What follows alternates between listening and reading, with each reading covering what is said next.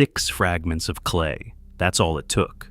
6 broken pieces, no bigger than the palm of your hand, pulled from a storage drawer where they had been sitting, ignored, for the better part of 100 years. And in 2025, those 6 fragments did something no one expected. They cracked open a question so large that historians are still arguing about what to do with it. Because when a machine finally read what was written on them, symbols pressed into mud 5,000 years ago by hands that have been dust longer than any of us can imagine, the words that came back were not the words anyone was prepared for. They were not prayers. They were not the bragging of some forgotten king. They were something stranger. They read, in places, like instructions, like records, like a report on a project that was still underway. And the subject of that project, according to the strings of symbols the AI laced back together, was US, human beings, where we came from, what we were made for, and who supposedly decided how much we would ever be allowed to know. Now, before you roll your eyes, and you should keep some skepticism close because you're going to need it, understand what actually happened here. Nobody dug up a buried instruction manual for the human race. Nobody found a hidden tablet that announced the secret of creation in plain language. What happened was quieter than that, and in a way, more unsettling. A machine read fragments that human scholars had only ever seen in isolation, scattered across museums and basements and academic papers nobody outside a tiny field had read.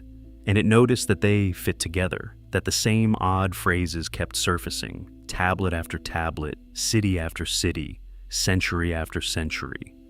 And once those pieces were laid side by side in a single mind, at a single moment, a picture started to form. A picture that the people who study these things for a living are not entirely sure they like. So let's slow down and start where this actually begins.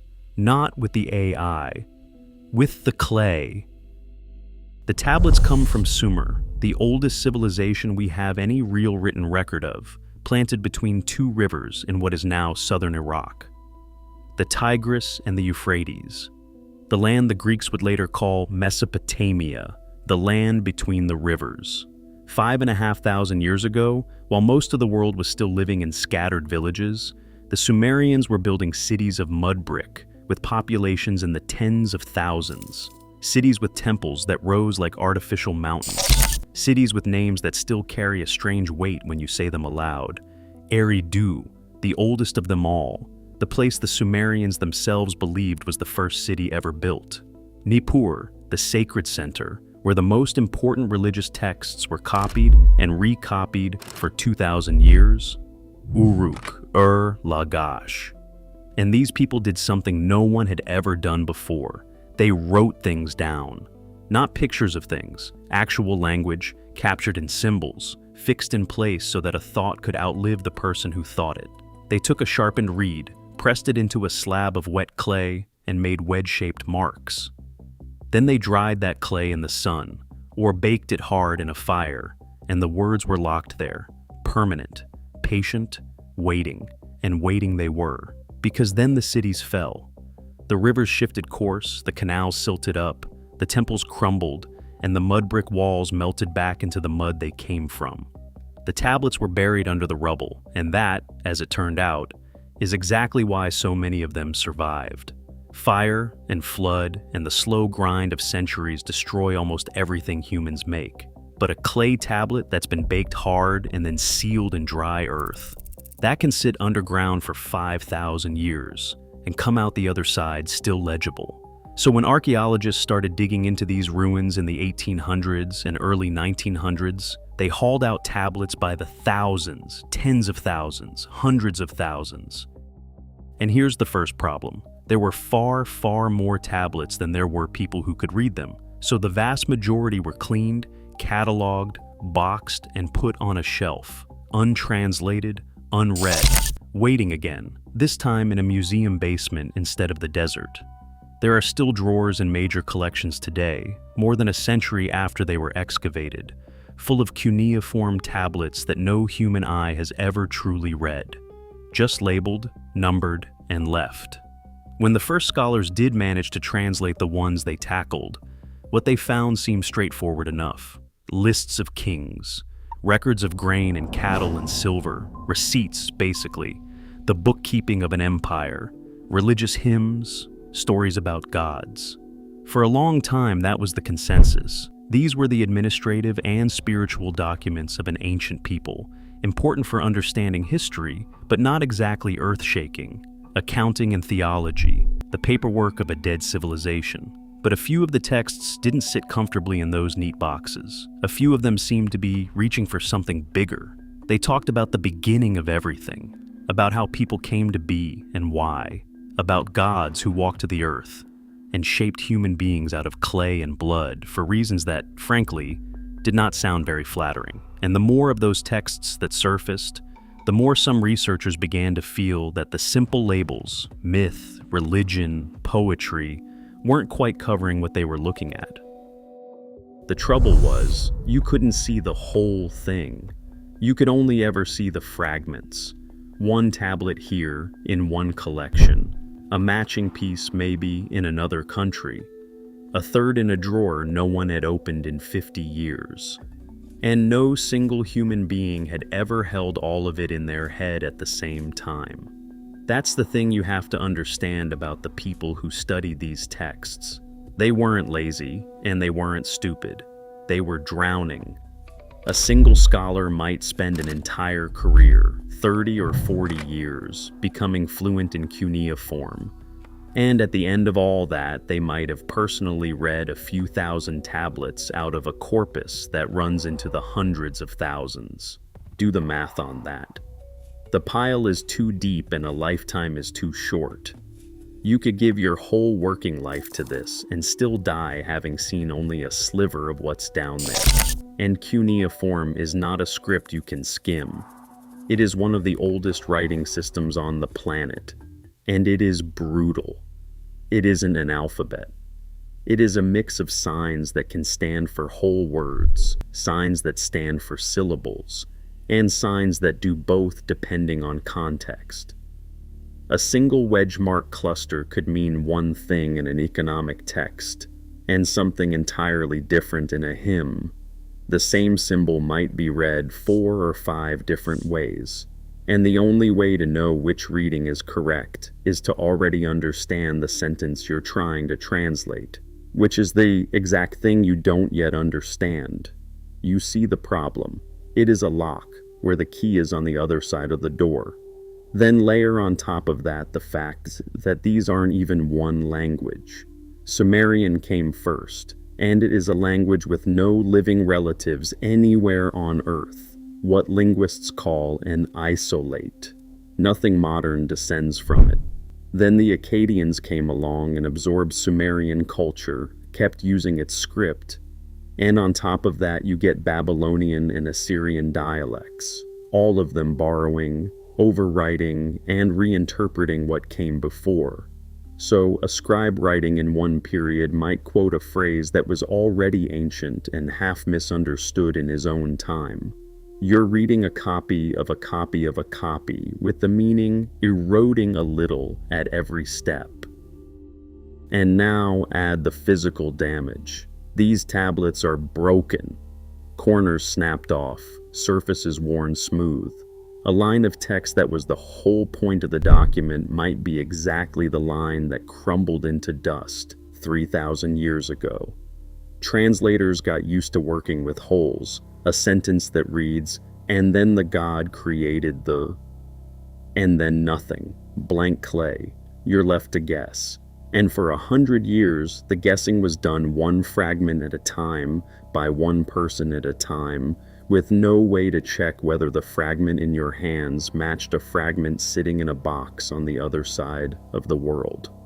So, picture it. A researcher in one museum is holding a broken piece of a creation story. The top third is missing. He translates what he can, publishes a careful paper, hedges his uncertainty, and moves on. He has no idea that the missing top third of his tablet is sitting, intact, in a drawer in a different country, cataloged under the wrong heading, mislabeled decades earlier by someone who couldn't read it either. The two halves of the same story are separated by an ocean and 100 years and a filing error, and no one will ever put them together because no human being is ever going to read both drawers.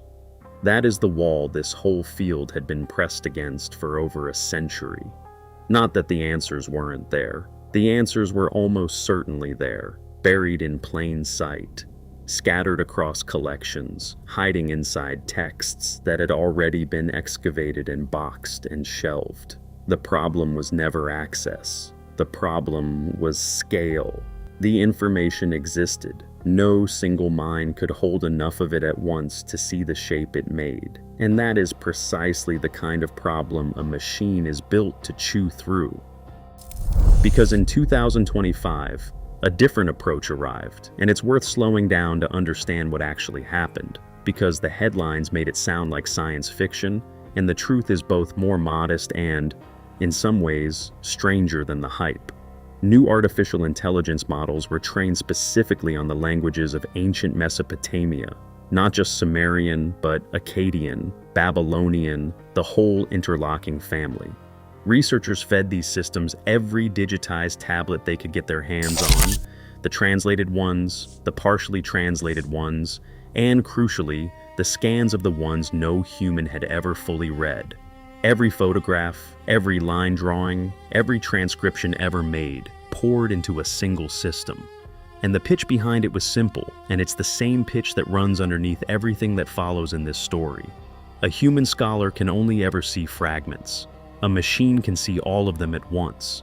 It doesn't get tired. It doesn't forget the tablet it read last Tuesday. It can hold the contents of 100,000 documents in a single moment of attention. And notice when a broken phrase on one tablet matches a broken phrase on another, even when those two tablets are in different museums, in different countries, cataloged under different names, separated by the careless filing of a century ago. So, the machine wasn't sent in to dig up new tablets. It wasn't asked to invent anything. It was given the pile that already existed, the enormous, scattered, half-read pile, and told to do the one thing no person had ever been able to do: read all of it, at once, with no loyalty to any existing theory about what it was supposed to say. And almost immediately, it started doing something the people who built it didn't fully expect. It began finding pieces that fit. A fragment in one collection completing a sentence that had been broken for thousands of years, its other half waiting in a drawer somewhere else. Lines that scholars had translated in isolation, suddenly snapping into a larger context, and that context changing what the lines appeared to mean. And the more the machine connected, the more a pattern started to surface across the texts. A pattern that, once you saw it, was very hard to look away from, because the first thing the machine flagged wasn't a story at all, it was a word problem. In the modern imagination, the word human is simple. There is one kind of us. We are a single species with a single origin, however you choose to explain that origin. Whether you reach for scripture or for science, the shape of the idea is the same. Humanity began. One event, one starting line, and everything since is variation on that single theme. We are all, in the end, the same thing. But the tablets, read all at once, did not seem to agree. What the machine noticed, and it noticed it precisely because it could compare thousands of documents in a single pass, was that the Sumerian texts did not use one word for the people in them. They used several, and those words did not appear to be interchangeable. They clustered. Certain terms showed up alongside certain activities, certain places, certain outcomes, and almost never crossed over into the others. To a human reading a single tablet, that's invisible. You read one word, you translate it people, you move on. But lay 10,000 tablets side by side, and the boundaries between those words start to harden into something that looks less like vocabulary and more like categories. Sit with that for a moment, because everything that follows hangs on it. The texts didn't seem to be describing one humanity in different moods. They seemed to be describing different kinds of humanity, kept carefully apart on the clay. And the language wrapped around those words only deepened the unease. The same expressions kept returning, tablet after tablet, in contexts that had nothing to do with one another except for the people they described. One phrase, translated as closely as anyone could manage, came out as working life. Another, blunt and strange, rendered as lowly clay. And a third, the one that made the researchers stop and read it 3 times, translated to something like those who do not multiply. Individually, any one of those could be brushed aside as poetry. Ancient writing is dense with metaphor. Lowly clay sounds like exactly the kind of humbling religious image you'd expect from a people who believe their gods shaped them by hand. That's how these phrases had always been treated. Decoration, flourish, the kind of thing a translator notes and then quietly sets aside. But the machine doesn't set things aside, it counts. And what it counted was that these phrases were not scattered randomly the way poetry scatters. They repeated. They recurred in tight association with specific terms for specific groups of people, across tablets that had been written in different cities, in different centuries, by scribes who had almost certainly never met. A metaphor doesn't behave like that. A metaphor drifts. This didn't drift. This sat exactly where you'd expect a technical term to sit if it meant something precise. And so the impartial reading, the reading with no loyalty to the comfortable assumption that human means one thing, started to point somewhere uncomfortable. It started to suggest that some of these early people, in the logic of the texts, had been made for a purpose. Not born into the world to live a life and pass it on. Made for labor, a workforce. Brought into existence to carry, to dig, to build, and described in language that treated them less like a lineage and more like a tool. That's where those who do not multiply stopped sounding like poetry and started sounding like a specification. Because a tool doesn't reproduce. A tool is made, used, and when it wears out or fails, it's replaced. And there it was, written into the clay, again and again, groups of people described as having been made, having worked, and then, in passage after passage, having been failed, replaced, removed. Not dying the way a person dies. Being phased out. The way you retire a design that didn't work. Now, hold the obvious objection, because it's a fair one, and we'll keep coming back to it. This is the kind of language any culture might use when it doesn't value the people doing its hardest labor. Empires have always described their workers in dehumanizing terms. That's not a Sumerian invention, it's a human disease. The mainstream reading, the careful, sober, professional reading, has always been that this is exactly that, symbolic. The self-flattering myth of a ruling class explaining why some people serve and others are served. Clay is just clay. Work is just work. But here's the thing the machine surfaced that's harder to wave away. The texts didn't just have one category of made-for-labor people. They had divisions inside the divisions. And the first and clearest of those, the one that lit up the analysis like a struck match, came down to 2 words. The first was Lulu. Read, as best anyone can, as something close to ordinary humans. The general population, people as people. The second was Sag-Giga. And this is where you need to slow down and be honest about how disputed this ground is, because the video you're watching is about to walk to the edge of what the evidence can carry. Sag-Giga has, for over a century, been translated as black-headed people, sometimes black-haired people. And the mainstream understanding of it is almost boringly simple. It's what the Sumerians called themselves. A people's nickname for itself, nothing sinister in it at all, but the machine, reading without that inherited assumption, did something a human translator rarely does. It treated Lulu and Sag-Giga as 2 separate terms and asked a flat, mechanical question.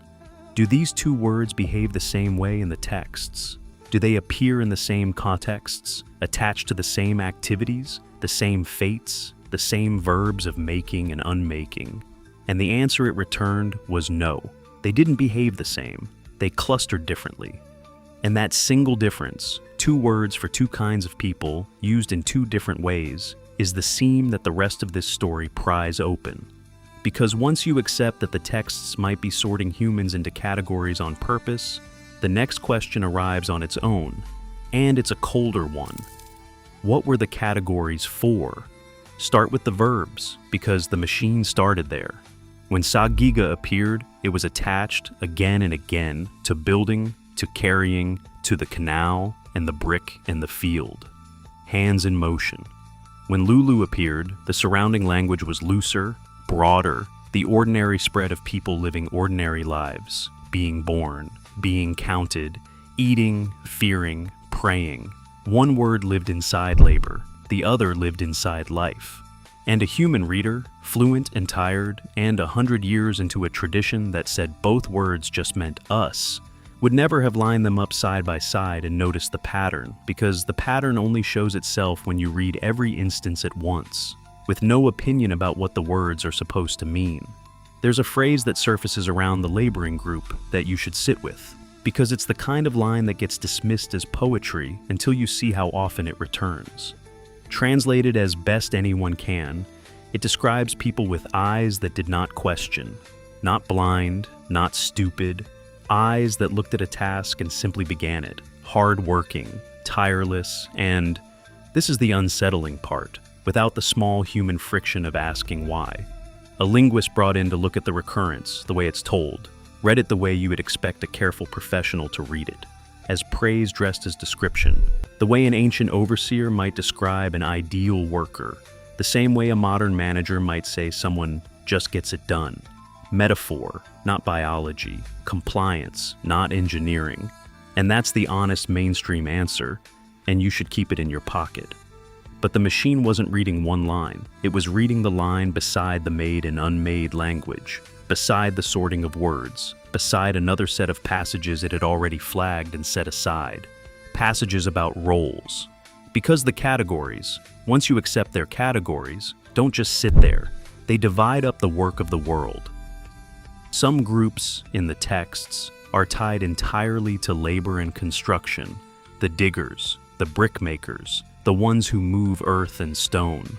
Some are tied to the temple, to ritual, to the careful business of feeding and serving the gods.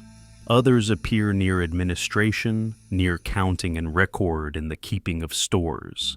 And a handful of passages, and here we are back at the edge, so hold the rail, seem to gesture at differences in appearance between these groups. The wording is thin. It's the kind of phrasing that could mean a dozen things, could mean nothing, could be a copyist's flourish. The mainstream view is that reading physical casts into a few ambiguous lines is exactly the trap a careful scholar refuses to step into.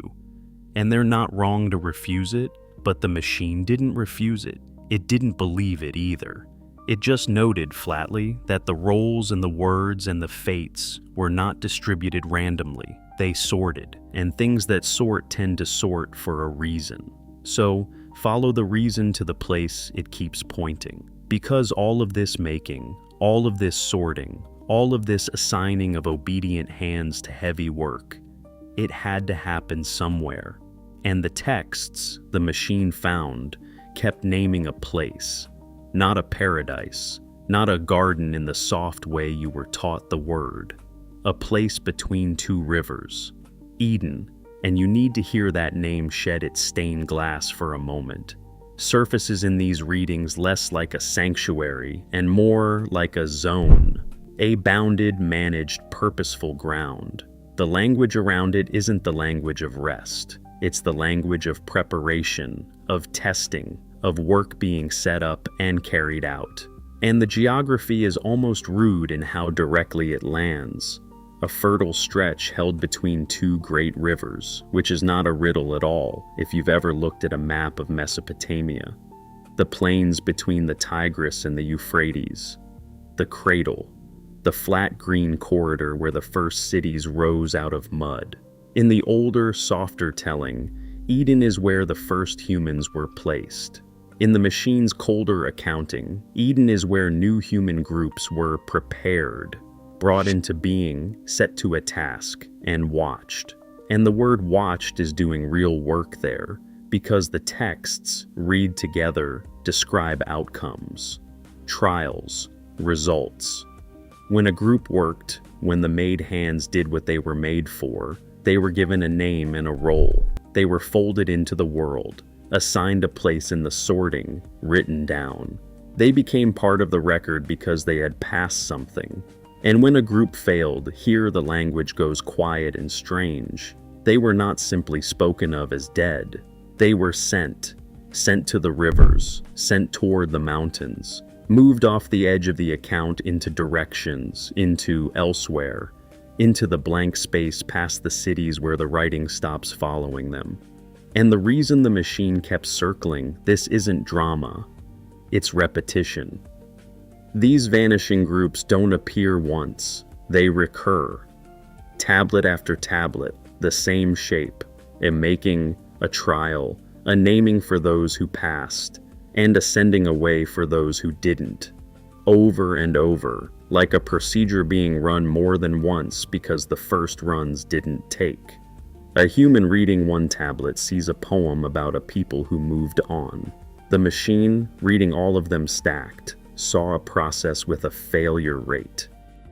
And a process with a failure rate implies someone running it, someone keeping score, someone deciding which version stayed and which version got walked to the river and left out of the next page. That is the impression, not the proof. Say it plainly, there is no proof, just the impression that won't leave once the words are lined up. The impression that what you're reading isn't a creation story at all, but a log. Versions, drafts, early attempts at a thing that wasn't finished yet. And if these were drafts, then somewhere ahead in the texts, there should be the moment someone looked at the failures, looked at the slow, broken cycle of making and sending away, and decided to change the design itself. And the machine found that moment too, not announced, not framed as a turning point, but sitting there in the cross-referenced lines, like a hinge nobody had noticed because nobody had read the tablets close enough together to feel the door swing. There was a problem with the early humans, and the texts state it without shame. They could work, they could carry, dig, build, obey, but they could not make more of themselves. Each group was a dead end in the most literal sense. When they wore out, when they failed, when they were sent to the rivers, there was no next generation to replace them. Someone had to start over, make new hands from the lowly clay, set them to the task, watch, sort, repeat. A system that cannot reproduce itself is a system that demands constant labor from above just to keep existing. Some readers see exhaustion in that. Others see something colder, a population that could never grow large enough, never organize, never outnumber whoever was counting it. Control, baked into biology. Keep the workforce sterile, and you never have to fear the workforce. And then comes Enki, the god of wisdom, of fresh water, of clever solutions, and in this colder reading, the one who looked at the broken cycle and decided to fix the design. The texts don't say genetics. The texts couldn't say genetics. The word didn't exist and wouldn't for thousands of years. What the texts describe is a modification, a reshaping of the made thing into something sharper, more adaptable, and, crucially, able to multiply on its own. A new version that didn't need to be remade each time, because it could make itself. And the modern reader, hearing that, cannot help but lean the comparison toward a laboratory. Hedge it as hard as you like. The shape of the thing still rhymes with editing the blueprint of a living creature. The machine didn't decide what it meant.